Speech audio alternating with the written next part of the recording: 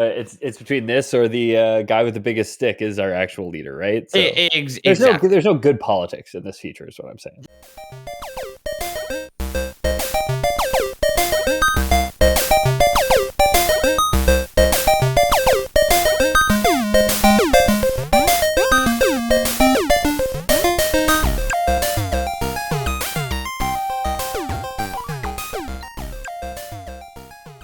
Lore Boys here. The internet's #1 Rasalhague podcast is back with more of what you need.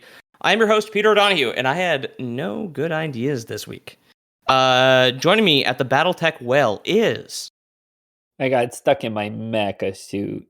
There's a pig in here with me. We're trying to get him out. Trying to get him out so bad, but I need a second pair of hands, and obviously you may have noticed, R.I.P. Jamie. It was me last week. Jamie, like in the constant quest for a better orgasm, has died in an autoerotic asphyxiation accident. Jamie bought an illegal mech from Beijing, from Hong Kong, actually, for his mecha suit to please himself, and it's gone horribly awry. So. Could you imagine if your Temu autoerotic asphyxiation belt was like so cheap it killed you? Like obviously here in Canada we have like regulations and shit where it's just like, no, it's like a cat collar. It like detaches if you get stuck on a branch or something. But like obviously the Temu ones wouldn't do that. That's it. You said, could you imagine? I can't imagine a Temu one not killing me, honestly. So fair enough. Exactly. Maybe I'm a coward. I don't know, but what would we put on Live Leak these days other than just cheap belt JO videos? Anyway. I'm too chauvinist to choke myself with a Chinese made belt, okay? Fair enough. I'm open to it. I'm open to their market personally. So this episode falls under the big ol' more Battletech umbrella that I can always kind of just like shrug my shoulders and point at when I cover this. I just kind of gesture weakly towards like, whatever, here we go. It's your Magic the Gathering, right? It is exactly. It is exactly when something doesn't work out. I'm just like, I will say though, there's content I can always go back to. I will say though, I play a fucking lot of Magic the Gathering these days, and from what the streets are saying, Pete, you don't play all that much fucking BattleTech these days, huh? You know what? Maybe I'm a fucking poser. Maybe. Hey, you brought your scooter to the skate park. Yeah, you brought your scooter to Venice Beach. Playing with your little BattleTech. You're in the middle of the Venice Beach Bowl, and you're playing with your little BaTletech figures, like all this. Oh yeah, like the big 3D printed one that my buddy made me. I'm just like, guys, stop. Yeah. No, I like this is very like obviously I'm a poser. It's just like whenever I don't have any ideas, I'm just gonna hit my shins with like a Razor scooter, like a BattleTech branded Razor scooter, obviously. But it's not all. With the release of the very good, at the time of recording, Shadow of Karinsky expansion for the 6-year-old MechWarrior 5 Mercenaries, I figured the stars had aligned. And that's Alexander Karinsky. You're telling me this guy had a shadow? What he did? Hell? Yeah. Oh, well, I mean, first he has a father, then he has a shadow. This guy's if got the everything. sun hits him, if the sun hit him, right? Not at all times. In the periphery. Ain't got no suns out there, right? Exactly. They got other stars. Metaphorical shadow. True, yeah. It's a fake shadow. It's a shadow inside all of us. It's only a shadow if it comes from the sun, not one of these poser stars. Beetlejuice, get the fuck out of here. Yeah, okay. Seriously. I'm at the skate park playing with my figurines. Beetlejuice shows up, and we're just like, bro, you don't even scooter. Yeah, straight up. Get the fuck out of here. Alpha Centauri, Beta Centauri, Proxima Centauri. Like, make up your mind, Centauri. Come on, dude. Yeah, exactly. Trinary? Never heard of it. Too many. Get out of here. Fuck you. So maybe I'm a hack, or maybe we're being spied on by the Canadian developers of the MechWarrior games right now. But years ago, I'd said the clans should invade in MechWarrior 5, and everyone should be terrified and die, and then we should get a new cast. So far, the expansion that came out last week, the clans have invaded and everyone is terrified and confused. No one has died yet, but it is so fucking good. It is just, it's just like, it was such a good setup. Like in an early cutscene for the MechWarrior 5 Mercenaries expansion, Shadow of Karinsky. The first mission is just like, hey, we got like this fucking throwaway job to help out some guys in Rasalhague space, just like take care of some pirates. It's like, whatever, we got some time. We got some time to kill. Might as well go fuck up some pirates. At this point, like, the game starts in 3015 and ends in 3049. So it's just like, I've got fucking so much experience under my belt. We can take out some pirates. The first mission is very much you like show up with another lance of mechs. So you're like 8 total. And when the pirates are coming, they're just like, all right, it's on the radio. The pirates are coming right at us. And you can hear enemy radio chatter. Okay. And cool. they're just like, I put everything I had into it. It's still standing. We got to get the fuck out of here. And then like you and everybody on your side is just like, damn, somebody did our job for us. This is crazy. So you straight up, like, the first mission is just like executing mechs that have had their armor stripped clean off their bodies. Like some of them like have like destroyed legs, pathetic and defenseless. Yeah, exactly. But it's so funny that everybody reacts. You're playing as the clans, or you're playing as the eaters? No, so MechWarrior 5 clans, you do play as Clan Smoke Jaguar. Right. This is a game I'm not particularly fond of. But in Mercenaries, you're still playing as the Inner Sphere mercenary that you started as, and now you're being invaded. And It's like very much an endgame expansion. Like, even me now, with my so much money the economy is worthless, like level that I'm at in MechWarrior 5 Mercenaries, like, I'm still on the back foot. And like, that's the point. I got like, I think weapons go up to like tier 5 or whatever. I had a tier 5 large or like long range pulse rifle in my main mech, the Grasshopper. And I managed to salvage a tier 1 clan large pulse rifle that does like 30% more damage already. Yeah, they're supposed to be dangerous. That makes sense. Yeah. They're supposed to be dangerous. Let's reframe for the new listeners who are completely lost. You got future people. Imagine today, but tomorrow, huh? Yes. They develop big. Imagine the technology we'll have on Saturday. They develop big shooty tanks that you walk in instead of driving in or flying in, which would be much faster and more convenient. They walk, and they got big rockets on them. And there's fast ones, there's big ones, and little ones. Then you got this guy Alexander Karinsky. You have like noble houses, not super. Yeah, I got it very excited there. I forgot to contextualize the Battletech universe, so please, yeah. Alexander Karinsky, he takes the best and brightest minds of the generation and says, this place sucks, and they leave. They go to a place called the Periphery, where they develop clans, and then they devolve into more pretty tribalistic, but very, very advanced mechs, right? Yes. I don't want to say tribalistic as in like simple. Tribalistic as in tribalistic politics. The clans have a very like honor-based fight, like I kill you, I'm king now sort of politics. Exactly. They took the best and the brightest, and they immediately adopted the dumbest fucking forms of politics possible. Yeah, well, broadly, yeah. But their scientists can still just read. A bunch of eggheads and scientists, and they're like, let's go out there. Okay, strongest guy is in charge. Like, it's crazy. Yeah, but I mean, if you look at our current miserable tech overlords, what do you mean? Things are exactly the same. Yeah, that's fair. But right. But if they, but like, okay, no wait, that's not fair, because our tech overlords suck and are making things worse. So it is the opposite of Battletech. Zuckerberg and Musk and Bezos, they're not the smart guys. They're not going out there and inventing exciting mechs. They're hiring smart people to do it, and I do believe that those smart people are more reasonable, I guess. And also probably genuinely smart. But maybe it's the same story, that Karinsky was not smart, and that he has just his tech bro buddies. They all went out to space, and they brought along the eggheads, and they served as rulers, and then they kind of disagree with each other, and then they, you know what, Little Boys Canon, that all tracks. I'm good with it. I'm back in. But so we're talking about they've gone out for 30 years, more than that.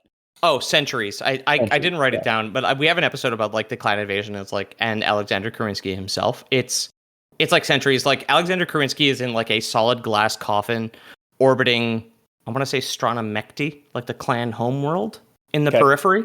And the Periphery being, it's not like a place, TM. It's colonize planets outside of the Milky Way, because the Milky Way is the inner sphere. It's outside of the politics.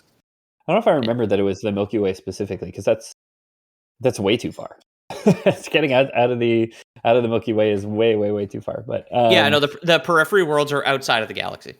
Okay, I mean, we talk about sometimes like timelines in fantasy being silly. Distance lines in sci-fi being outside the Milky Way is silly because Andromeda is too far. You know what I mean? What's the trinary system we just talked about? Alpha Centauri. Yeah, exactly. Alpha Centauri is the closest star system to Earth, and it's light years. The idea that anyone would get there is light years. Ever. Light years. Yeah. So we have inner sphere, outer sphere. Those are like kind of the two opposing factions. There's factions within each. So there's clans in the outer sphere, and there's royal houses in the inner sphere. There's houses in the inner sphere, exactly. Yeah. Alexander Kerensky got very sick of the politicking of like knights and lords and their inbred kids and their political marriages, and he was just like, "Hey, if anybody could read, would you like to leave?" And I'm sick of knights and lords. Let's have war chiefs instead. You know, it's like exactly. I understand. I understand. We gotta accept it as the fiction that it is, but it's so hereditary politics are idiotic. Anyway, strongest guy. That's what we're going for. Just straight up. Obviously. The people who hire you at the beginning of the Shadow of Kerensky expansion were part of the Free Rasalhague Republic, which is the subject of today's episode. Because you said it earlier, and I was like, when I stopped talking, I was like, there's one other thing I wanted to ask. You keep saying Rasalhague. Is this a real thing? Is this a real star system? Okay. Yes. It's not a star system. It's like an inner sphere territory. I'll show you a map later. I do use the cardinal directions that I use because I live on a God-given flat Earth, obviously, and there is no up, down, east, west in space. Well, it's the beautiful thing about a spiral galaxy. I mean, when you're talking about the Milky Way, you can use northeast, southwest. May I? Yeah, you may. Because it's a spiral galaxy. It's a circle, right? So there is depth, but most of it is planar in a spiral galaxy. Well, all the maps are flat. Until Alexander Kerensky's fucking periphery eggheads invent some kind of 3D map. If they could somehow have a 3D representation of a sphere or something, some kind of globe, which obviously insane. There would be dumbasses in this timeline who believe that space is flat, right? Yeah. I don't want to alarm you, but okay, good. Anyway, it is. They are the members of the region of space that you start in. The people who hired you to take care of like a couple of silly pirates, little Jack Sparrow, the guy with the wooden eye, other characters from that movie, etc. So on exactly. Are they part of the Free Rasalhague Republic? And the Rasalhague Republic is actually the namesake of the mercenary company that I have in MechWarrior 5, who are the Rasalhagues.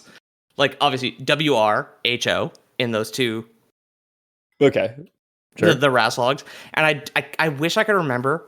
I didn't want to drop hints onto what I was covering this week, but I think Rasalhague was coined by either patron Fragile Shark or Hondolo. Because those guys and I have done co-op in MechWarrior in the past, and we needed a name for our mercenary company, and I still, like West Coast, represent the Rasalhagues. Through every expansion, it's always the Rasalhagues. Shout out to a couple of real ones.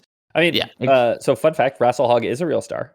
Alpha Ophiuchi. Oh, very good. A binary star, and the brightest star in the constellation Ophiuchus. I don't know that constellation. There you are. The symbol for the house of, for Rasalhague space is the serpent in the shield picture that I provided.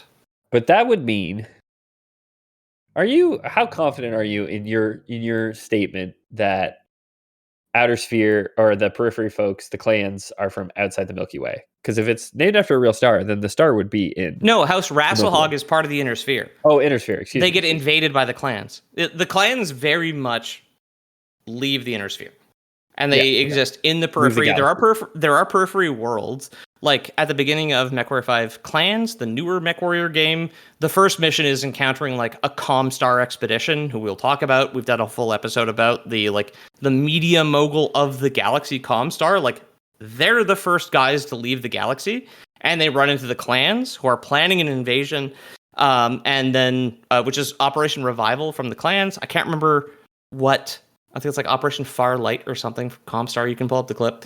But like Comstar leaves the galaxy and runs into the clans, and both the clans and Comstar are just like, what the fuck is going on? There's people out here. Like, this is crazy. Because the clans, when they left, they improved technology to the point where they probably figured the inner sphere, the knights and the inbred fucking royalty, were maintaining mechs for centuries, maintaining mechs and technology for centuries, but couldn't actually build new ones. Like the mechs, clan mechs from outside are new, fast, and cool. They're sleek, they're sexy, they're young. In a galaxy, I don't mean to I like Battletech. I don't mean to lampoon it so much, but like in a galaxy full of people, they took the best and brightest and left, and they couldn't make any more smart people to make better mechs. That is a very funny little plot hole for Battletech. Is it's like, so no one thought about airbags for 500 years. Somebody else had to have come up with it. You know, this idea that only one person could have invented that one thing is just so wild. What about a crumple zone and an airbag? People would probably die less in accidents. Yeah. So the Rasalhague Republic's roots go back to the far-flung future of March 2011 on Terra, in brackets, Earth. A year before the world ended. And the Second Soviet Civil War, right before, obviously, the Mayan calendar ended and killed us all. Right. Which happened. We're all dead. This is the Lore Boys podcast is purgatory. We're sorry. You weren't baptized. This is your fault. We're sorry, but you're stuck here. I don't know what to tell you. I don't know. You're exactly for the rest of your life. You're gonna listen to the Zelda episode up until now, and whatever released next week. I was personally not aware that the Soviets lasted that long within the BattleTech universe, but good job, comrades. I was just gonna ask if we'd talked about that before, because like it sounds vaguely familiar, but then also there's like a ton of fiction which we've covered in which the USSR would have continued being a thing, right? So like. The first one, I immediately thought, because I was thinking to myself, like, oh yeah, we talked about that. Then I was like, wait, am I thinking of Command & Conquer? Because Command & Conquer, they renamed to like Nod, the Nod Alliance or whatever, right? But I was like, yeah, we talked about something like that. And I'm like, oh, we've probably covered 15 things where the USSR did dissolve in 1991, right? Yeah, exactly. So they do. We will get into it. Cool. But I did want to make the point that, like, and again, the older BattleTech episodes, which was like a thing I was interested early on before, like, I was mediocre at putting an episode together. It's been years since we've talked about Earth in like any meaningful way during these episodes, and like the politics on it. So a lot of this was new to me. Like, I think in our Comstar episode, we did talk about Earth a lot, but very much in the future present of the BattleTech universe, because we talked about like Comstar's takeover. Not in 2008 when the USSR was having a civil war. What did you say they were doing? It's the second Soviet Civil War, actually. Second one. In 2011. 11. Gotcha. Yeah, exactly. I was probably replaying Fallout 3. The Russians were eating each other. I was playing League of Legends. Yeah. The dark times. Working the Kushtard, playing fucking League of Legends at the cache. It was an SO, thank you very much. Whatever. All right. That is better. I'm not going to lie. So in Max, to our English-speaking Canadians, I'm sorry. In 1997, the USSR like reconstituted itself in the BattleTech universe. So the USSR like had collapsed due to obviously mismanagement and all the regular things, but they kind of put themselves back together in 1997. This was under a man named Oleg Tikhonov, who was a moderate. Great. I'm sure he's going to be very helpful going forwards. Centrist saving the day again. Yeah. I mean, put a pin in that. Just in case. I got a lot of pins already on the go here, Pete. Yeah, exactly. Just one right in the middle there, just in case. He was elected a few years later, after 1997, and he kind of sought to stabilize things. So after the Berlin Wall started to be demolished in the late 80s, the Soviets got their first taste of basically red 40 and seed oils from Western capitalists. And Tikhonov wanted to ensure that things in the USSR stayed as calm as possible. They got their first McDonald's, and they're like, okay, maybe this America not so bad, huh? Yeah, not too bad at all. I mean, McDonald's is bad now, so looking back... Have you heard of this McGangbang they're doing? It's crazy capitalist propaganda, but it's pretty good. Listen, you pinko fuck. Okay, don't talk shit about the McGangbang. No, it's good. That's what I say. It is good. It is good. I don't know how serious you are here. So, via the Tikhonov Accords in January of 2011, he promised reforms throughout the USSR in an effort to make the whole place a little less scary and authoritarian. Less than 4 hours after signing the Accords, he and his entire family were killed by a suicide bomber named Mustafa Kemal Rasouri. And then by March of 2011... We're sorry to report that comrade committed suicide by self-exploding. It's much tragedy for the nation, but we will take over and we will persevere in his name. And then also accidentally killed the Supreme Soviet that he was standing next to. So Mustafa Kemal Rasouri. By March of 2011, so basically 10 weeks later, the Second Soviet Civil War had broken out and NATO began to intervene, an organization famous for making things better. For getting stuff done, honestly. Yeah. If there's one thing we can say about the UN and NATO, they're efficient. Effective. Right? Yeah. Very effective. That is the ultimate. The UN, NATO, any of those League of Nations organizations. I wish I had a make work project like that. Right? I mean, it's just... hey, as someone who works in industry as a middle manager, let me tell you, there's a lot of people emulating that formula of look busy and don't get a lot done, right? Yeah, I was gonna say, it doesn't work out great. I want to be clear. I'm not saying abolish NATO or the UN because the alternatives are worse. Okay, yes, slow progress is still progress. So chill and cool, Yeah. Hey, listen, these guys get to do nothing all day except write strongly worded letters, and me as a fucking taxpayer, I have the right of ridiculing them every once in a while, okay? Yeah. That guy who's telling you, as long as you give me absolute control over every aspect of your life, I'll make things better, is lying to you, okay? 100%. He's lying to you, so don't believe him, okay? The people who are saying, it's going to take 15 years to build a bridge, it sucks. But they're probably being honest. They're being more honest than the other guy. That's all I can trust say. The guy who says things will be 1% better in 2030. Yeah, because I'm pretty sure he means it. He means that he's working on it. At the very exactly. So there's a lot of red tape. Anyway, NATO and the UN intervene. Descendants of both House Steiner and Marek participated in the liberation of Poland and Czechoslovakia. House Steiner... Not Davion.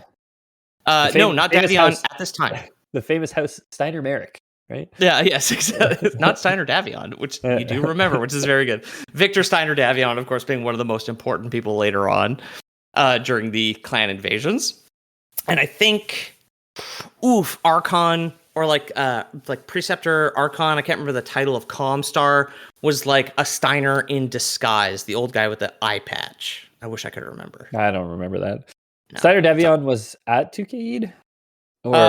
Victor Steiner-Davion was at Tukid, yeah. And he also fought the clans. He kills Lincoln Osis, the Ilkhan of Clan Smoke Jaguar. It's how he stops the invasion. Smoke Jaguar, okay. Yeah. I almost said not Smoke Jaguar, but it was Smoke Jaguar. Yeah, it was, because there was Smoke Jaguar, I guess we didn't talk about this, but the clan, Smoke Jaguar is the anime protagonist clan, right? They're the main ones, Smoke Jaguar.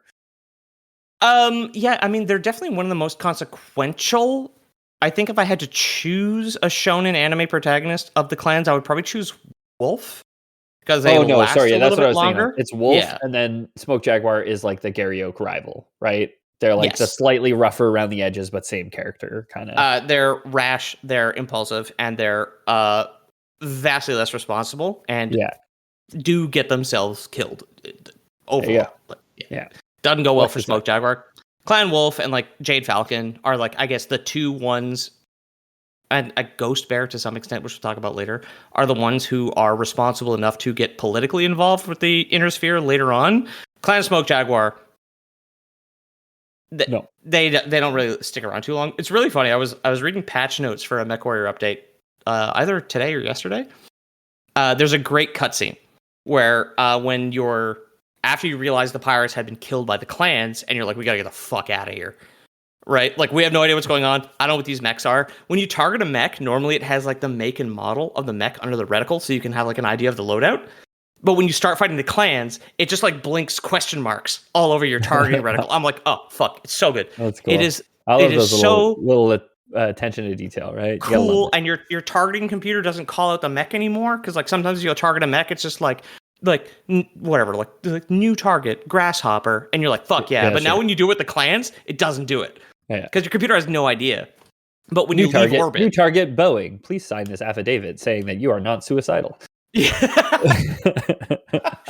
Listen, Clan Wolf, if you're listening, I am not suicidal. But in the opening cutscene after the first mission, when you're like, we gotta get the fuck out of here, emergency jump to orbit, you pass by a clan warship, which do not exist in the Inner Sphere anymore. And on the outside, it says CSJ or something, and then the name of the ship that I don't remember. But yeah, it's like CSJ. And the name of it which is Smoke Jaguar, but it's supposed to be Clan Wolf. And in the patch notes, it's like, yeah, we made a mistake, and they changed the decal, so now it's like CSW. Yeah, good. Very good. Right. Anyway, millions during the Soviet Civil War. Not to change gears too hard here. Where was the second Soviet Civil War? The second Soviet Civil War, of course. Yeah, I did have. Oh yeah, this is where also the fist emblem, the fist and glove emblem that I sent to you guys, is the emblem that House Steiner actually still uses, like 1,000 years later. Okay. And then we did make fun of sci-fi distances, and I compared it to fantasy timelines, but now I'll say also fantasy timelines, because 1,000 years is too long for any kind of time scale, right? But it's been modified a little bit, like with like the Federated Commonwealth, when like House Davian and House Steiner like joined through marriage. I think it's a fist on a sun with the sword on it, because the sword and the sun. Look, you and I have seen agreed art from 1066. It's not the same, man. It's on nonsense. A different level. Of course. Do you imagine showing them a meme today? You know, like. JB posted a meme of a very Quebecois meme of Hornet outside the Orange Julep in Montreal, and it said "Hornets pate Orange Julep." Like that would blow up a peasant from the 11th century's head. Well, of course, and like seeing the the pinup model from the hull of a mech from 3025 would explode my head. I understand. Yeah, exactly. I get it. So sadly, millions of civilians died during the war. And even more ended up as refugees. The displacement of people was so intense that it continued to affect like neighboring countries next to Russia, like Sweden and Norway. After the war ended in 2014, which we all remember, UK Prime Minister Boris Johnson merged. Is that a cold shot? Merged. It was, yeah. Merged NATO and the Western Common Market into the Western Alliance. The United States and the ex-Soviet states eventually joined the Western Alliance, which worked to promote peace, prosperity, and scientific advancements. So I know you're looking it up, but I did look it up. Like, when the fuck was this? Yeah. The source book referring to Boris Johnson as the UK's prime minister was published in 2010. Whoa, dude, that's crazy. And then that's when he was the mayor. Yeah, I guess he was a mayor of London. Between him being mayor and a member of parliament here. Yeah, and then he was elected as prime minister of the UK in 2019, and then did Brexit in 2020. So the idea of the UK spearheading the merger of Europe and like Western powers is obviously just like ridiculous. But the cold shot for them to be like, wow, a broom can lead the city of London. He'll probably be elected prime minister. Is well, crazy. Fair enough. Yeah. But yeah, like when I read that, I was like, no fucking way. No fucking way. And then all I could think of is when like Lisa Simpson is president of the U.S. and she's like, "Oh yeah, the debt we inherited from President Trump," which is like an episode from 20 years ago. Yeah. Yeah. But call him like I see him sometimes. Huh? This little thing we call life sure does get weird up here sometimes. Exactly. So the Western Alliance eventually incorporated so many nations and states that it renamed itself the Terran Alliance. Which was the world government that would kick off the colonization of the Milky Way, thanks to faster than light travel, which was the Kearney-Fushida drive. It's the KF drive is still used in modern, in quotes, Battletech. It's the faster than light engine. I have like vague memories. Was this invented by Comstar? No, because they invented faster than light communications. Right? With HPG network. Yes, but there was already faster than light travel. Yes. Okay. Yeah. Well, yeah. Feels like they reinvented the wheel a little bit, you know? We got cars that could go. Yeah, floor it. We need to outrun the radio.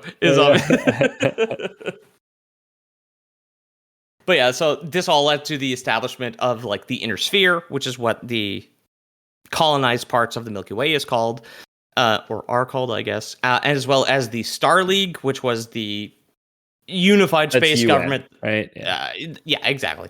And it did just as good of a job as you can tell by our previous extremely good and efficient job. Exactly. There was no such thing as the collapse of the Star League. Alexander Kerensky did not leave in frustration, taking everybody who could read with him. Don't worry about it. Don't click on any of the episodes that someone has linked below this one. So having been taxed by the Terran Alliance to hell and back, people living in Nordic countries leapt at the opportunity to get the fuck off of this rock and establish a small colony in the northern inner sphere in the 2200s. And they started off by their first planet they had colonized was Rasalhague, and this is the Principality of Rasalhague. So I've got a map and a little bit more information for the rest of you after the break. But the section of Rasalhague is the blue one up top between the Draconis Combine and the Federated Commonwealth. Welcome back, everybody. I hope you enjoyed your break. I certainly did. I enjoyed my break from this frickin' inner sphere royal houses, if you know what I mean. Huh? This is bullshit. Yeah. We were on a break. You think that's what Ross was talking about? Emancipating from the inner sphere? From Friends? Yeah. Yeah. When he said we were on a break. Yeah. I'm on a break from filling up my bathtub too deep. Don't do it. So, within Rasalhague. 60 years... Rasalhague. Within 60 years, the planet of Rasalhague, along with 8 planets close to it, had been colonized and renamed the Rasalhague Consortium. Which, like, a consort is that somebody who like sleeps with the king? Consort What's is a royal a consortium is like a collection of businesses. So like if like businesses were like kind of like whatever 6 CEOs were like the head of a government, whether like local or whatever federal or something like that, that would be a consortium. Yeah. Vote local. Vote for your local CEO. Honestly. Yeah. They've got our best democracy. They've got our best interests at heart. I think so. Mm-hmm. So the Pete shaking his head frantically on camera. But. Yeah, exactly. Maybe we'll make the move to video one day. I don't know. I don't want to get ready for it and brush my fucking hair. Except for the Boeing CEO. He is good. They are good. Boeing's very good. I love Boeing. I think so. Yes. Boeing. Personally, I love flying on Boeing airplanes.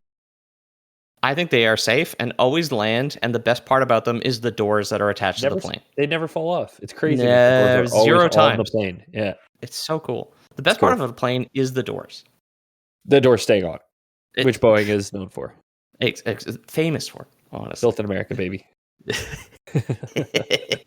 Built in America with Chinese parts. Never forget. So the Rasalhague Consortium was the primary government put in place to further develop the planets that they'd colonized. I wrote plants. What the fuck? I'm gonna caught myself there. Can't colonize a plant, man. It's in the Geneva Convention. I mean, with agriculture, didn't we already? I don't know, man. I got kicked out of Canadian Tire for trying to fertilize the plants. Wait, what did you say? Colonize or fertilize? I don't remember. Remember, there's a typo here. Could be anything. Don't know what I meant. An elected prime minister was the person in charge, while each planet had a lower ranking but much cooler sounding world lord. Which, okay, well, yeah, way cooler. Don't need the power. Give you the title. I just wanted to be a figurehead. Come on. Eventually, the prime minister was replaced by an elected prince. I'm sure there were 0 interstellar mail-in ballots for that fucking election there, because that is insane. An elected prince is a crazy position to hold. Yeah, a very creative use of the English language is what I will give those guys there. The principality did its best to stay out of intersphere politics. I think they vacillated at some point between like 9 and 13 planets total. Whereas if you look at the map that I was provided there, like the Federated Commonwealth is 1,000 star systems with planets orbiting that for like industrial shit, human colonies, agricultural worlds, like whatever, right? Right. The goal of being isolationist, though, so they wanted to stay out of things because they were small, but also their goal of being isolationist was to ensure they could set the terms of the development of their planets. They wanted to make progress without actually destroying the environment of their new homes. And like, I know, like Nordic countries, this is of course immigrants from Nordic countries out into space, or colonists, I guess, for these planets here. And I do like the fact that, like, I think that's good politics. Like, let's not strip mine our new planet. And my perspective as an outsider, as a foreigner, is that like Nordic politics generally tend to being pretty decent, right? Yes. Generally. I see your point. I don't want to keep bringing up plot holes. Like I said, I do like Battletech and the stories that they tell. This was probably written 35 years ago, for the record. if we have access to the Milky Way, we are post-scarcity. Like, we don't need to worry about the number of resources we're extracting, because there's asteroids in whatever system. There's asteroids in the Rasalhague system that have every bit of steel and iron that you'll ever need, right? Like, they have like 9 to 13 planets. Find a 14th one and blow up the fucking moon. Like, who cares? Exactly. There's nobody there.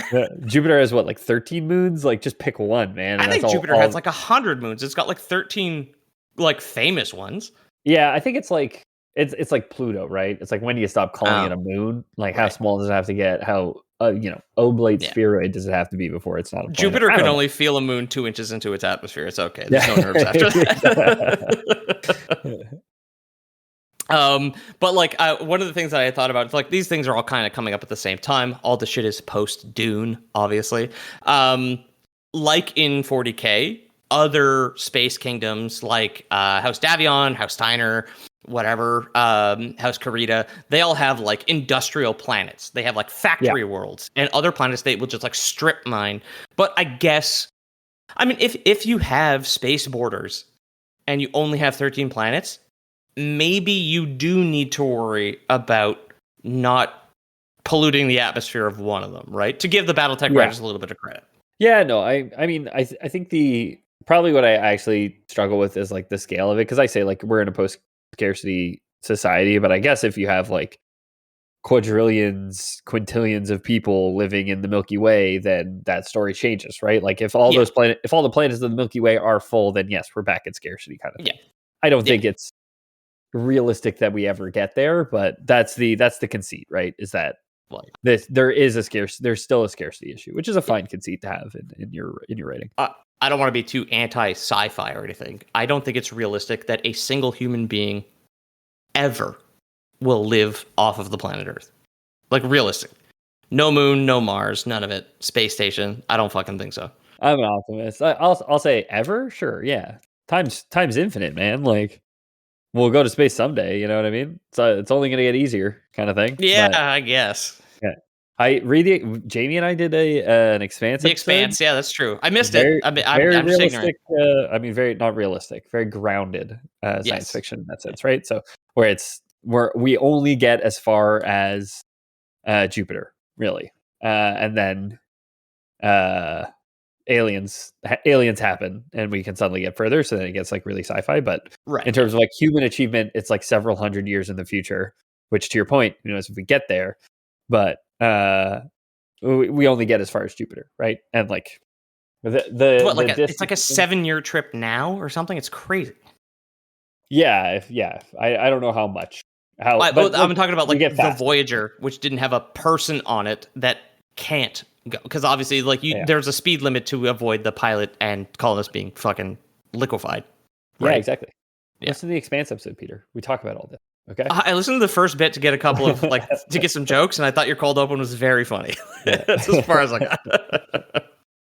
So Rasalhague's neighbor to the space east was House Karita, the Draconis Combine, Space East. Okay. They're Space Japan. Okay. We've talked about them quite a lot in other episodes. They're very big during the clan invasion, and they're very, very involved in House Rasalhague now. They kind of been poking the borders of Rasalhague space for a few years, and in 2330, Shiro Karita and his brother Urizen launched an invasion into Rasalhague space.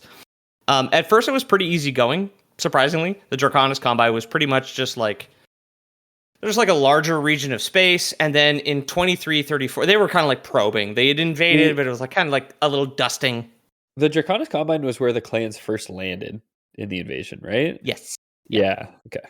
Yes. In MechWarrior 5 clans, you do go up against the DCMS and the Draconis Combine, which the DCMS and the Ronin, I will mention at the end of the episode for any of the actual Battletech heads that I'm not going to go in depth with the Ronin War because I cannot get into a new fucking war on the 5th page of a script, basically. Like, this is the Ethan problem of just like, I wrote too much. I have to stop here, basically. I just make it a 5-parter and I do go into the war. So we have different solutions to the same problem, I guess. Yeah, I mean, when I'm out of ideas in 6 weeks, it's going to be the Ronin War, baby. Like, don't worry about it. Like, there'll be a follow-up.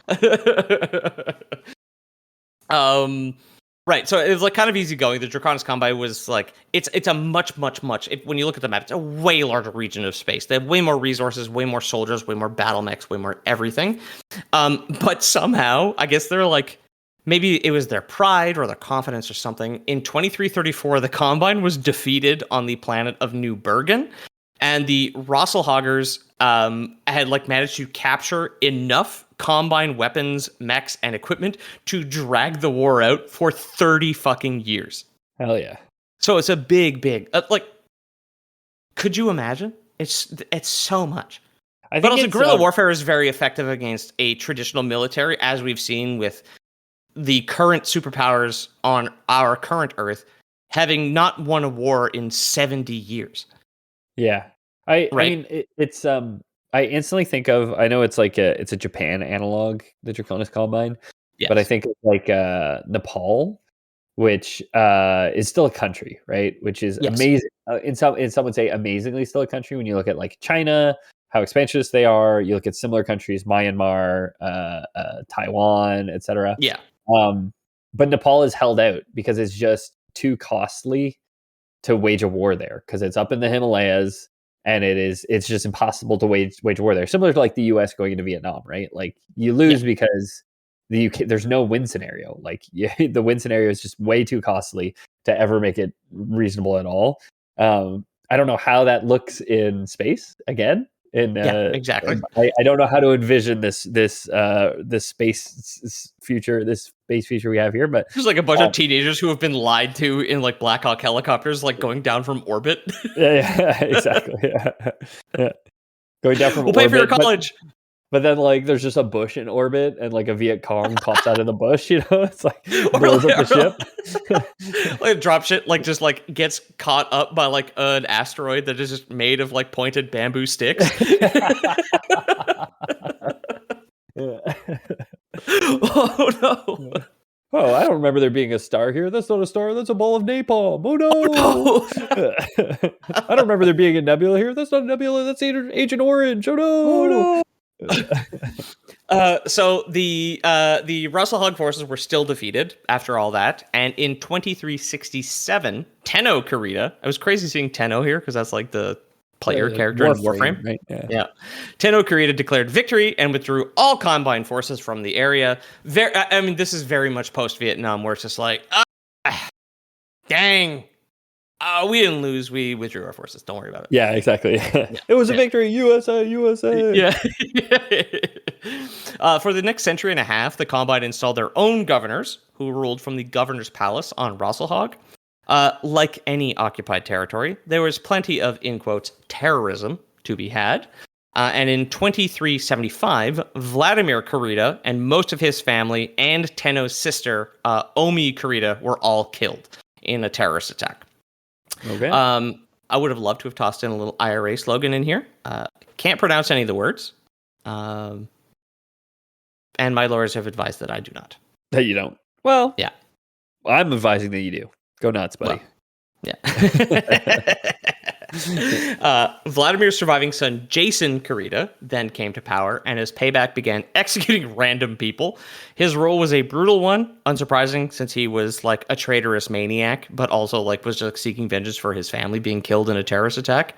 So when Nihongi von Roers, pictured here, actually, the picture I sent you guys, it is the black and white portrait of a... Oh, did I not? No, I don't have any black and whites here. Nihongi is a crazy name, though.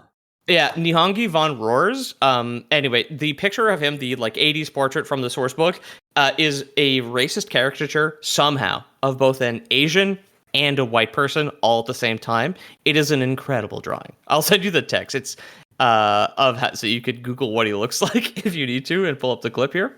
I'm trying to. I found here. House von Roers. Yeah, House von Roers are very much going to be the villains for the latter. Okay. Yeah. Okay, I got him. Yeah. Yeah, it's he's unfortunate looking. It's not. Yeah. I mean, yeah, it looks like a guy drawn in the 80s. I guess. Exactly. So Nihongi von Roers eventually launched a coup against the legitimate rulers of the Draconis Combine, and Jason Kurita fully supported him. So not only was he being brutal to the people that he had basically just taken power and ruled over, after his family was killed, he's just like, I don't fucking care. I'm supporting a coup against my own actual family. With I think the von Roers is a cousin or something like that. It's very palace intrigue sort of shit. Yeah, basically. That's the whole house business, right? Exactly. He sent troops. He sent Kuritan troops to fight Kuritan troops. Basically, it was very much like an internal civil coup. Okay. So Jason's support for the coup in the Combine finally convinced his illegitimate nephew, Daniel Sorensen, to start a rebellion against his uncle, deposing and killing him in self-defense after surviving being shot. So at some point, they were in the same room together. Von Roers shot Daniel, and Daniel survived and then killed him in response and was just like, all right, job done. Okay. It's the classic Andrew Jackson getting shot in a duel, but surviving it and shooting the other guy back, right? Yeah, precisely. Yes, exactly. Daniel Sorensen, on his way to work, deposed and killed his uncle and was just like, all right, cool, I'm in charge of the Rasalhague Dominion at this point. Yeah. I wrestled the top hog.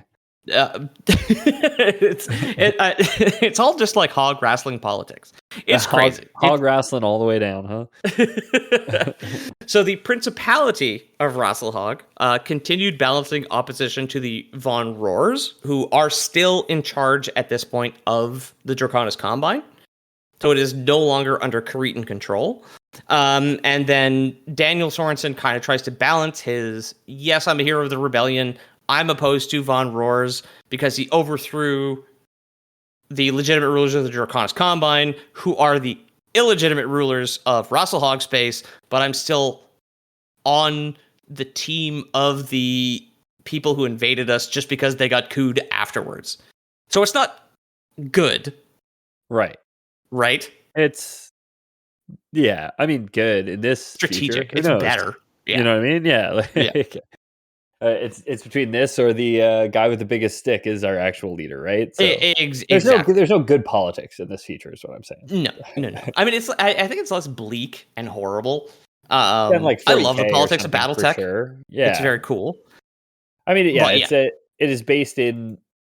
again, it is based in like our reality, which is why I think you need to have like scarcity, because again, like colonialism doesn't work the way that it does if scarcity is not a thing. And it's clearly rooted in like colonialism, and like you have the British Empire, which is the main federation, right? Then you have like these who have taken over everything or most things. Yeah, like House Davion is Space Britain.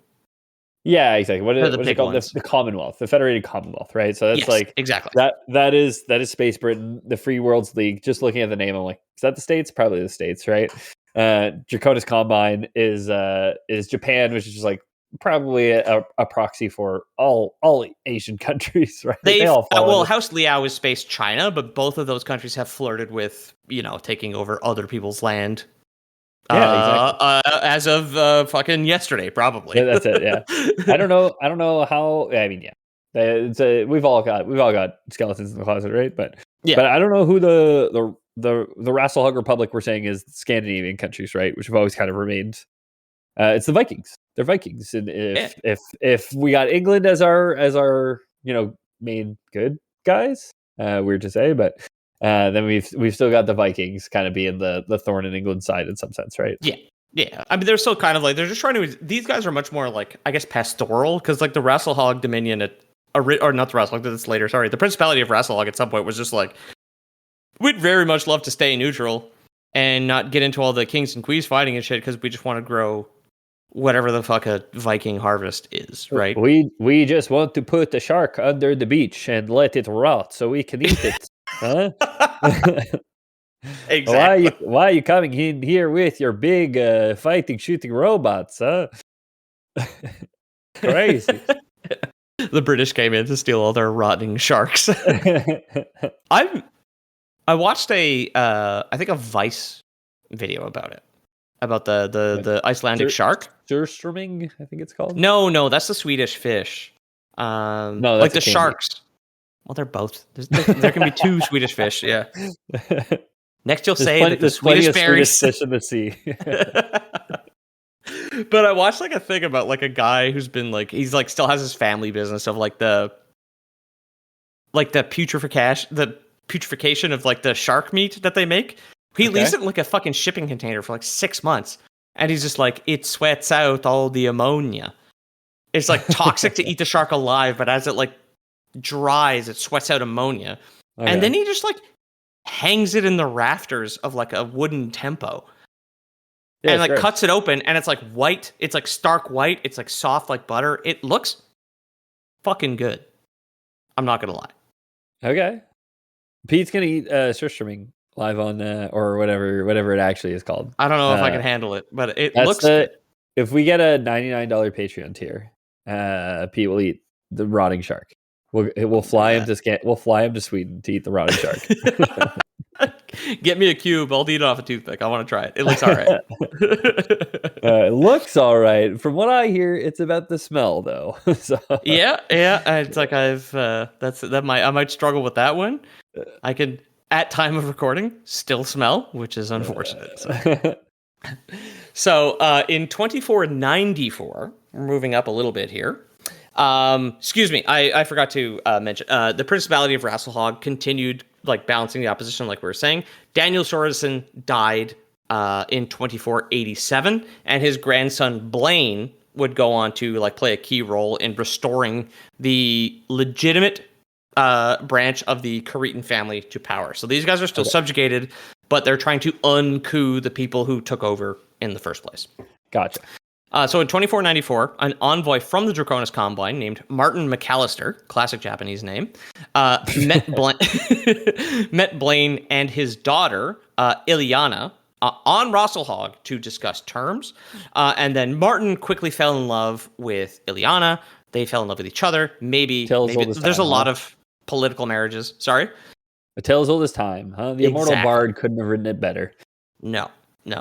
And it's like there's always just like there's always some gorgeous little Princess Jasmine, even out in space. Yeah, exactly. Yeah. So Martin and Ileana eventually got married, and then Blaine and Martin began preparing both to unify Rasalhague with the Combine and dethrone von Roers. So throughout the 2500s, Martin, who had moved to the planet of New Samarkand, fed information to Blaine and laid the groundwork for a coup. So they were very much they were just getting ready. They had a spy in the Draconis Combine, and they had people ready to, like, not even reconstitute the Principality of Rasalhague. It's just slightly worse oppressors. Okay, which is ready to reconstitute some rotted shark. It's not good eating, but it's eaten. You know. Well, I mean, the Von Roars took away our rotting sharks. and like, it's just the first step is just get back to that. Got to get back to rotten shark, man. Meanwhile, they're being fed information. Meanwhile, Rasalhague's armies were prepared for a diversionary attack into the Combine. Okay, so finally, striking back. Exactly. They were just like, they left some rotting shark under a cardboard box somewhere in the Draconis Combine, and we're just like, these idiots will fall for this fucking immediately. That's it. Daddy served the puppet state, but I've got rotting shark. Yeah.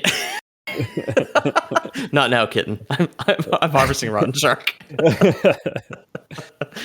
So finally, in 2510, the Rasalhagians invaded the Combine. Counter-invasion, baby. Let's go. The subsequent diversion of units weakened the defenses at the Von Roar's palace, where it's just like, oh no, someone in Florida has been assassinated. Send the Secret Service. I'll be fine by myself, Mr. President. Yeah, right. Sort of thing, right? So Martin and his troops then stormed the palace and executed the entire Von Roar's family, after which Martin publicly revealed his genetic credentials as a legitimate member of House Carita. And of course, he's not here. I don't know why I wanted to pick on him in the script. I did write, after your driver's license, you should get some genetic credentials, Jamie. You got to keep him in check, that guy. His ego is crazy. Yeah, exactly. No genetic credentials? Is he really Scottish? Oh, I don't know. I've been secretly stealing his spit to one day DNA test him. That's cool. Spitting in the tube for Ancestry.ca is one of the grossest things I've ever done. I hated it. But the information afterwards was very interesting. Yeah. How do you feel about corporations owning that now? Though, you know? At the time, I didn't think about it because it was like a family discount. So my stepmom got us the family kit for Christmas, just to think it would be interesting, of course. Because like my sister and I are Greek. Then there's my dad in the middle. I've got my stepbrothers and my stepmom. So like, you weren't yet committing your horrible violent crimes that you so love now, right? No, obviously now it's a liability, which I didn't know at the time. No, yeah. Who could know that they would turn into such a monster later in life, right? That's crazy. But obviously getting the results and just being like 53% Greek and then some like white guy mutt shit afterwards, I was like, well, this didn't really tell me any new information. That's it. I knew that. The colored map is neat. Yeah, that's it. Yes. Well, you want me to spit in a jar to tell me I'm white? Like, I don't know, man. Like, yeah, I get it. You know? I did figure out my mother was Greek real quick, actually.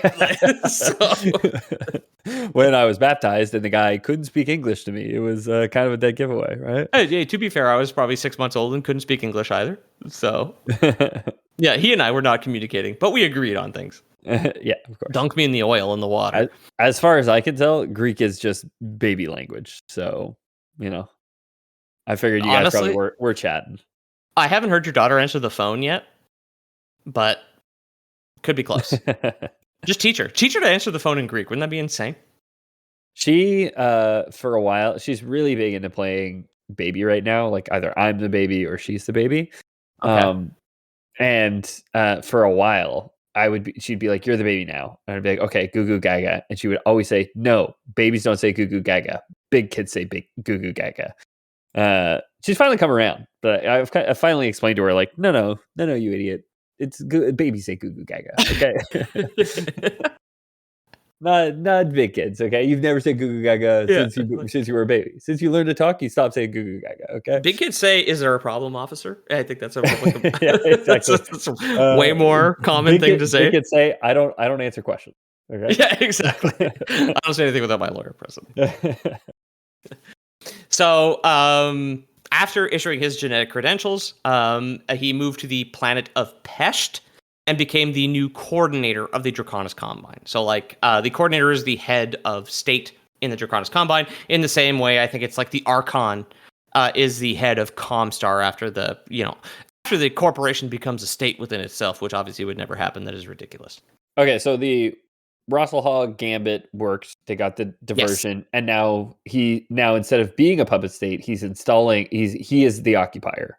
Is that where we're at? Sort of. Because Martin was like actually descended from House Karita after overthrowing his. Oh, so it's not really an occupation, is what you're saying? It's just a liberation. Okay. Yeah, exactly. Like he was on better terms with the Rasalhagians or Rasalhaggers, whatever the fuck they're called. And he was Rasalhaggers. That's my pick, man. Hope so. I mean, if that was like straight up like some fucking small town. I was just for some reason like some small town in Wisconsin, like a state no one's heard of. That's all my best friends in Virginia. I call them the Rasalhaggers. Yeah, exactly. The Virginian Rasalhaggers, just on like a basketball sweater from some college that does not give you a real degree. Team, yeah. What? It's a single A baseball team, the Rasalhaggers. Yeah, exactly. So whatever that was, they were on better terms with Martin. And when Martin was just like, listen, I'm descended from the legitimate, like the Von Rohrs, this was a coup, no bueno. They're oppressing you. I will reinstall me. We can agree on that. And then I will be less shitty. No, you can't have an independent part of space, but it's going to be like whatever, less random execution of civilians sort of thing. Okay. Which, honestly, everybody was on board for that. That's like not bad. That's, again, we were talking about the UN. 1% better after 30 years is better than being lied to by a guy who says he's going to fix something tomorrow. Maybe I'm a pessimist, man. It's just so like, oh, you become an occupier and you're like, let's just start randomly executing civilians so that one day when we get back to the bargaining table, we can take that off the table. You know what I mean? It's like that shouldn't be a bargaining chip. That's baseline, man. Not randomly executing civilians. I know, like, I'd like not to get like too into like modern politics, but there's a very famous man these days who has taken a lot of W's from unfucking a thing he didn't have to ruin. Yeah, exactly. Right. He's like, that's not a victory, you fucking idiots. Yeah. that's an L. I love the way you put. Jamie would be proud of the way you put that, because I think anyone listening can plug in their own Mad Libs on who the politician is. That is not fucking. If you are stupid enough to think that was Mad Libs, you need to unfollow the show. You know exactly who the fuck I'm talking about. I know exactly who the fuck I'm talking about. If there's a wiggling doubt in your head, reevaluate some choices. You know? Yeah, exactly. So they like whatever they after the uncooing, after unfucking the system that they'd already done damage to, the two nations were formally united, ending Rasalhague's history as an independent power for like 500 years. And this was the status quo until the Fourth Succession War in the 3020s. We have talked about the Succession War on other episodes, or the Succession Wars rather. Yeah. It was in 3028, I believe, is the fourth one. It was short and violent. This is actually what's really cool is the map in MechWarrior 5 Mercenaries. As you fly around space, the borders update themselves as the calendar updates. So when you start the game in 3015, there is so you're like a squad flying around and you're doing military things, but then there's still like politicking happening that the borders are shifting. That's cool. Yeah, that's cool. And the borders change. The map changes over time. So I gotta say, MechWarrior 5 starts in 3015. I don't play MechWarrior. I don't play Battletech. I do like. I don't think I would. I don't think I would dislike the gameplay, but I don't think I would really. It's a simulator. It's not really an FPS. It's very slow.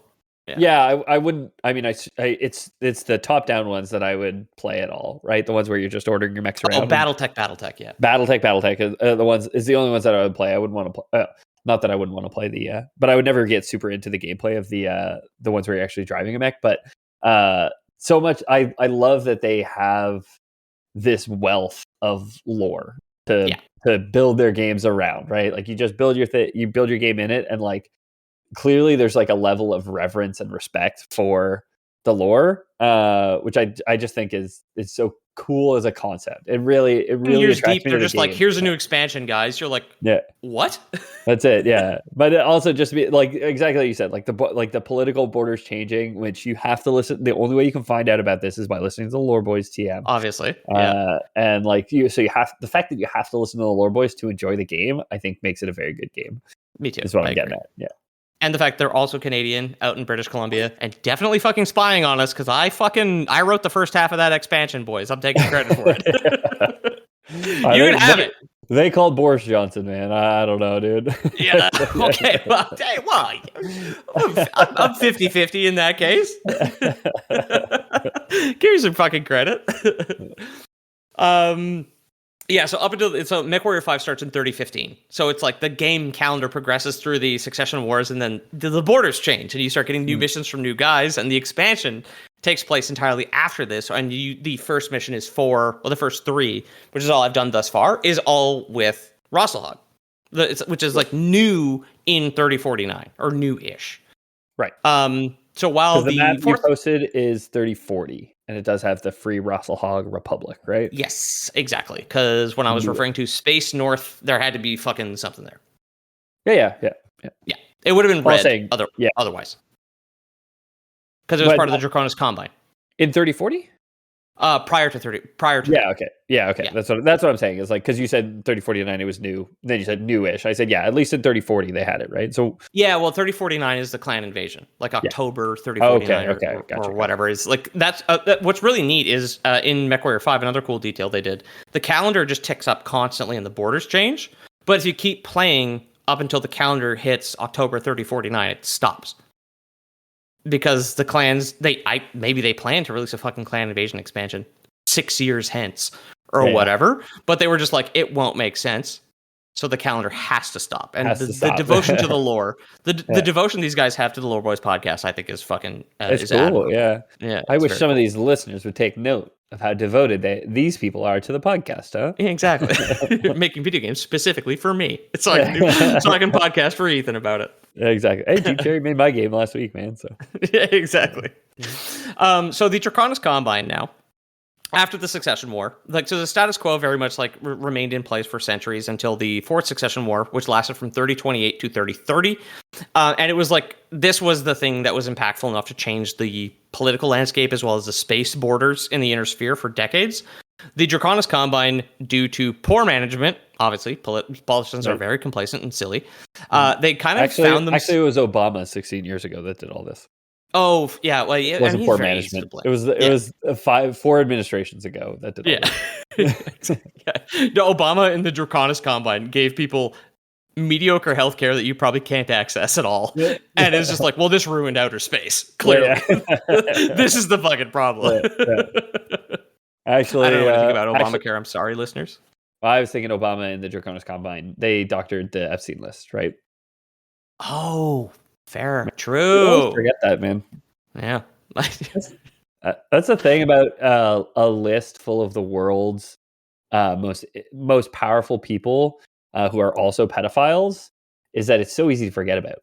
It's so easy to forget that it exists. You know what I mean? Yeah. It just slips your mind. Like you hear it, and you say what was that you just said? That's great. I don't even think I can remember that ever. But no, it's Epstein. Yeah, that's it.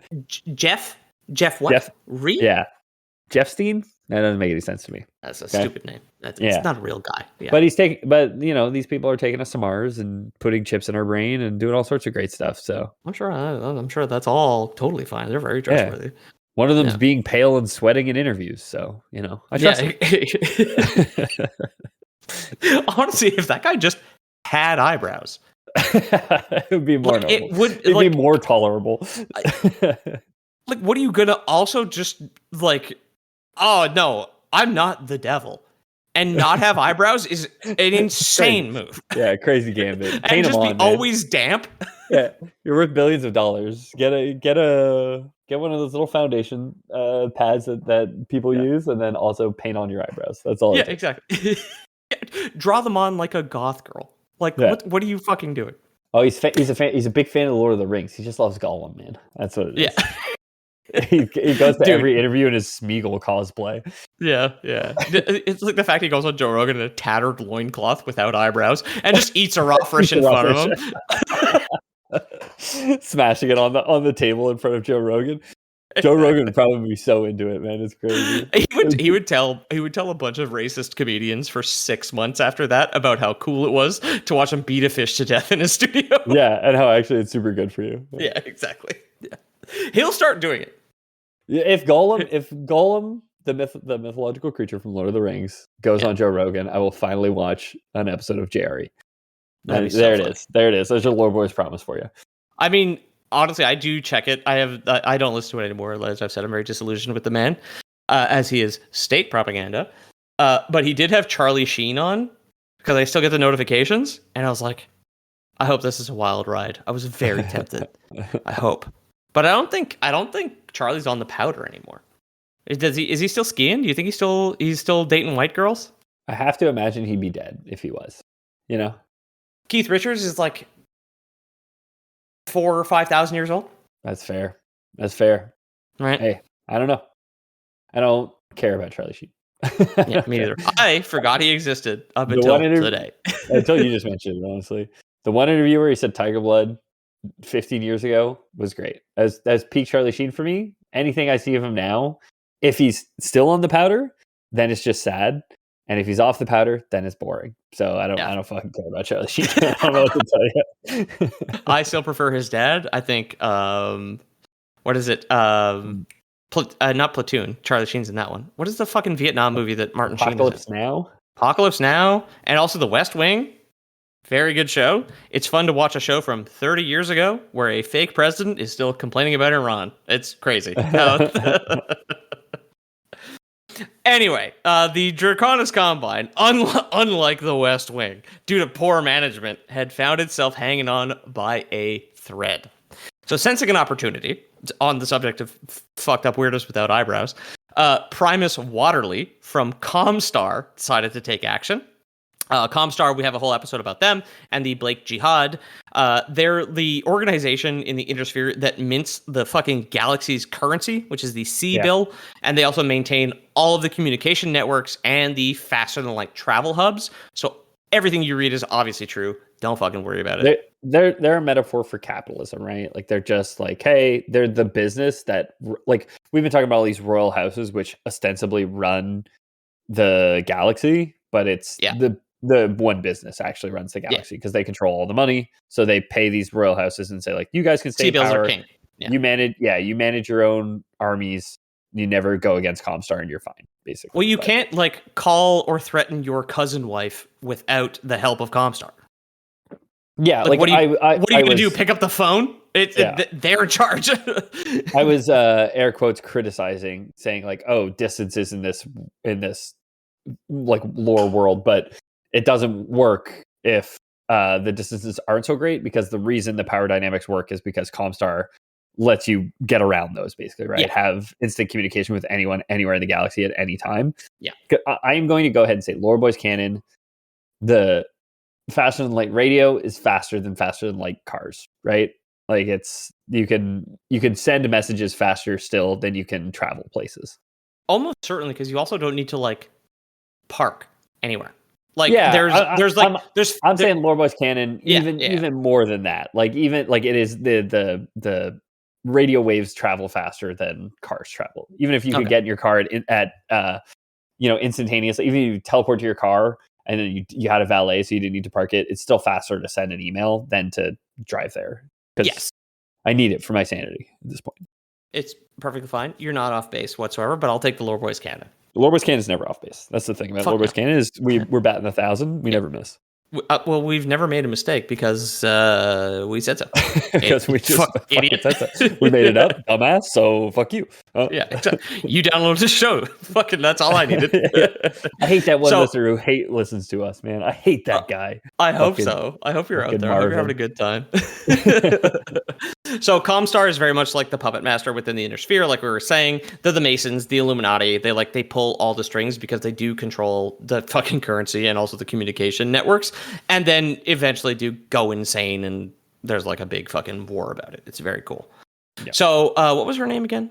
Waterly, Primus Waterly. Right. So she negotiated the formation of the Free Rasalhague Republic in exchange for secretly supplying the Draconis Combine with Comstar battle mechs. In one of the other episodes we were talking about, it's either the clan invasion or the two-parter Battle of Tuki Eid, which is like the big. It's a climax of the clan invasion. Is the Battle of Tuki Eid. Yeah. It's when the Inner Sphere finally like manages to not push back the clans, but like delay them long enough where the clans were just like, all right, maybe this isn't going to be as easy as we thought. It's like you said, it's when the primary antagonist, Lincolnosis, gets killed in a battle, right? Yeah. Yes. Yeah, by Victor Steiner Davion. Exactly. But also the clans like stop the invasion because they're like, okay, well, we have the guns, but they do have the manpower because the periphery is far fewer people than the entire Milky Way. And they were very much just like, we're just going to invade the whole thing at the same time. This will go great. Exactly. Yeah. No, we don't need no strategy. Yeah. Our warlord society where everybody has slightly different politics is just going to be like, yeah, I mean, the lasers are hotter. That's fine. Right? Those are good. So, Comstar's mechs were known as clan busters during Tuki Eid. So even though they're like centuries old, like most of this episode, we're talking about like the 2500s. The clans invade in the 3040s, right? Like between 3049 and 3052. And the Comstar mechs were so well maintained, they are still going toe to toe with like, it's the Nokia versus the iPhone sort of shit. The Nokia is completely bulletproof. And I know Comstar was a big fan of the Black Knight, which is a mech I very much like as well. And yeah, they had the Clan Busters. It was the given name to Comstar mechs, and Comstar was just like, listen, you're gonna have to give the Swedes back their borders. In exchange, you can have some of the good shit. And that was the deal that they had struck with the Draconis Combine. Okay. Maybe some of that like does sound like Battletech mumbo jumbo. I am glossing over, I think, like 6 of my own fucking episodes at this point. So like, do your own research. I hear that's great. You can come to some fantastic conclusions that way. But it's like they're probably linked below. This is your Magic the Gathering, but Magic the Gathering is a series of self-contained stories, right? So yes, it's much easier. I know. It's much easier for me to fall back. You got a lot of required reading on these episodes, but yeah, exactly. If you're curious about any of the made-up words I just shouted at you, there's plenty of podcasts to fill in that gap. One thing about the Battletech episodes, I remember a couple of the arts, so 2 of the arts specifically so well, which is the Blake Jihad, where it's the guy delivering a pizza with a fake arm holding the box, and then he's got a gun poking out of the pizza box. Which I will say, very early episode. Old episode. Before I had a tablet, I did that with a mouse. I was a bit stoned and just like feeling myself while I was on vacation. I did go through all of the Lore Boys art every once in a while, which I like to do to hype myself up. That is one of the funniest things I have ever done. Yeah, that's so stupid. I think funnier than that is another Battletech one, which was the cowboy postman in space, just like a frozen body of him and his horse floating through space. Really? Such a funny gag to me. That was like a House Merrick thing or something like that. I remember. No, it was Comstar, because the Comstar invented interstellar communications, and we said it's just the postman in space. That's a funny bit. I don't know. I mean, that is a good bit. I'll take the compliment. Thank you very much. There you go. But the Blakist jihadi delivering a fake pizza to Victor Davion. The Blake Lively jihad. Yeah, it was worth it. I'll never forgive her what she did to Ryan Reynolds. She's a prophet. He had to be sacrificed on the Temple Mount. It's like Ryan Reynolds is inside the cube in Mecca. Like he was sacrificed. His skeleton's in there. I hope so, man. I hope that's what's in there. Yeah. Just Ryan Reynolds, like a skeleton. In his fucking Deadpool costume. Yo, this fucking guy again. So Waterly and Comstar figured pushing their agenda would be easier the more fragmented the Inner Sphere became. Obviously, spoilers for an episode I did 6 years ago about the Blake Jihad. She was right. Mm-hmm. Things never really stay quiet for long though, in Rasalhague. So in the 3030s, there was the Ronin War, a thing that I told you guys I will not be talking about. This is when some Draconis Combine forces decided they didn't give a shit whether or not the lady on the TV said that the Free Rasalhague Republic was a real place now.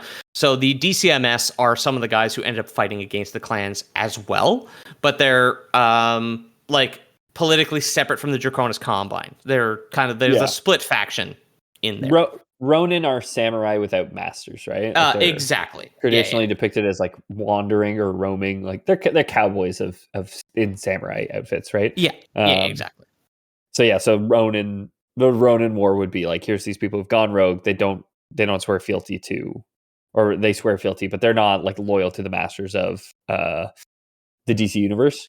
The Draconis Combine. They're nostalgic for the old Draconis Combine that still encompassed the Free Rasalhague Republic, and they were like, no, these people don't actually deserve rights. So there was the Ronin War, which would begin between the Draconis Combine, the Ronin, who are like DCMS guys, and then also the Rasalhaggers, the University of Rasalhague, and their basketball team had to fight against them. Yeah, and their basketball team and their new howitzer. Yes. It was like a 500-point shot if you can get it in from like a kilometer away. A kilometer in space, too. It's just like nothing, right? Yeah. Might as well be touching. You can sink a basket from fucking 6 inches. Yeah. Sink a basket from 5 parsecs. Yeah. There will be like generations of sportscasters waiting for that basket to go in. Yeah. Could you imagine? Like dynasties. Could you imagine being the guy or girl or they who is the sportscaster at the time where it goes in and it just bounces off the rim and you're just you'd have to lie to people. No, for sure, yeah. You'd have to lie to people. Depends, man. Depends on is the government built around this shot, then yeah, for sure. Maybe. If this is just like an attraction. There's a town in Germany which is building they have an art installation which is set to last 1,000 years or 1,001 years technically, where they put like a new 1-ton block of concrete into this monument every year on the same day. Cool. And it's going to be complete with 1,000 blocks basically. But they got it wrong. There's a very famous problem in mathematics called the fence post problem, where when you are building a fence, you count the number of posts you have, but that does not equal the number of boards you need between the fences. The number of boards you need is one less. And so they're installing fence posts, so they actually need 1,001. They have this like Millennium installation going, and they actually need to add one more. Well, hopefully someone. When did they start it? I don't know the exact date. It was in the 80s. Very early on. No, it's more recent than that. So. Okay. Well, I hope someone in 981 years realizes they need one additional fence post. They don't now. But do they forget that information? Do the clans invade in 800 years? We got to deal with that. And do we hold on to this information through it? Who knows, Do the clans invade and change the definition of what 1,001 is? Yeah. I think Steph Curry could make a shot at like 3 parsecs though. You know what I mean? That guy's unreal. Yeah, he's electric. With no friction out in space. I mean, there's minimal friction from light. I think easy peasy. Give him a couple warm-ups, right? Yeah. Give him a couple warm-up shots in space. A couple millenniums to warm up, 1,001 years. Anyway, in the 3030s there was a Ronin War, and then in 3049 the clans invaded, like we were saying. Clans Wolf and Ghost Bear overran most of the Republic within 3 years. This is between 3049 and 3052, which is when the clan invasion stopped for negotiations. Episodes about that. And whatever was left just became a protectorate of Comstar. It is straight up just like fucking CNN province part of space. They're just taken over by the communication people. Yeah, it's or like PBS, Yes. Yeah. The PBS portion of space. I mean, Arthur's been on rerun. Yeah. Zoom is still on, thankfully. Right? Good. 02134, Boston, Mass. Send it to Zoom. Love that shit. I wonder what's in that building now. Zoom was a show on PBS in Boston. They had like a mail-in thing. PBS. Yeah. 02134. I had no cable. I had 4 channels. I had Fox 44 that I could watch Digimon, CBC, CTV, and PBS. That was it. It's CBC, CTV, TVO, and I did have TVA actually, which is you can watch porn after 11. I had some French channel, which I'm not gonna remember what it is right now. TVO was Television Ontario. It's like the Ontario. TVQ was, or TVA was something in French. It wasn't TVQ. It was the Quebec channel. It's the government-funded porn channel in Canada. It was softcore porn after 11. Yeah. Canada's kind of fucking based, guys. You should come here. Yeah, exactly. Check it out. Check it out. We've got this a little thing called pornography. Okay, yeah, so hold on to your britches. Hold on to your britches, or don't, if you know what I mean. Huh? Yeah, exactly. You ever think about what ladies' boobs you've never met look like? They just put it on TV after 11, baby. Yeah, anyway, so they were overrun by the clans. The politics did change later on, and this is where we're going to end it here, because Clan Ghost Bear kind of got along with people in Rasalhague. So originally the Ghost Bear territory post-division was called the Ghost Bear Dominion. But after kind of like decades of cultural mixing and getting along, the entire region of space was renamed as the Rasalhague Dominion in 3101. And the bear face in the triangle, the last photo I sent you there, is where we're going to end it. Oh, cool. I think this is the Dark Age. We do talk about the Dark Age when things change a lot. The Rasalhague Dominion, I believe, is involved in that. But anyway, enough from me. I've been your host, Peter O'Donohue. You can find me at Lore Boys Podcast on Instagram, and you can find my comic book, The Black Frontier, on Amazon.com, and also on our Patreon for $15 and up. And there's a shorter version for, I believe, all tiers. Everything's linked below. But yeah, thank you for everybody who has bought it already. Thank you for all the 5-star reviews. Keep them coming. It's still ranked highly in erotica for some fucking reason, which I guess I'll just live with. Okay. When you say, I guess I'll just live with, give me an itemized list of the things you've done to fix this problem. What can I do? So nothing. You're literally Ned Flanders' parents, right? Like a lot nothing are all out of idea. Like a lot of things that Obama made up, they're not real. Barack Obama has put my comic in erotica, and it was number 2 for a minute there, and then number 14 for a concerningly long time. But I think it's like comfortably in the hundreds at this point, as people have gotten hornier for fucking Clippy or some shit. I have no fucking idea. You guys are freaks, and we love you. Okay, yeah, all of you. Jamie streams on Twitch, twitch.tv/LoreBoyJames. You can check him out there. Tuesday and Thursday, I believe it's 7. Yeah, Tuesday, Thursday at 7. I don't know. Join the Discord. It's linked below. If you want to support the show, consider leaving us a rating or review on your podcast app of choice. It does help the algo, whatever that means, right? We also have Patreon, patreon.com/LoreBoys. We really appreciate everyone who supports us on Patreon. You want to get a little shout out? You want to listen to a bunch of bonus content? We got hundreds, millions of hours at this point. Hundreds of millions of hours at this point of bonus content. Us shooting the shit. Talking, chatting, getting drunk, having fun. Check it out. Patreon.com/TheLoreBoys. A little bit of kissing. And you know what? We might end every episode with a little kiss to you, huh? Well, you have to listen to find out. That's not free. There's usually a free preview of every single episode that goes up on the Patreon if you want to see what it's like, but you'll never get the free kiss. That comes at the end. That comes at the end, Buster. So yeah, you got to earn that.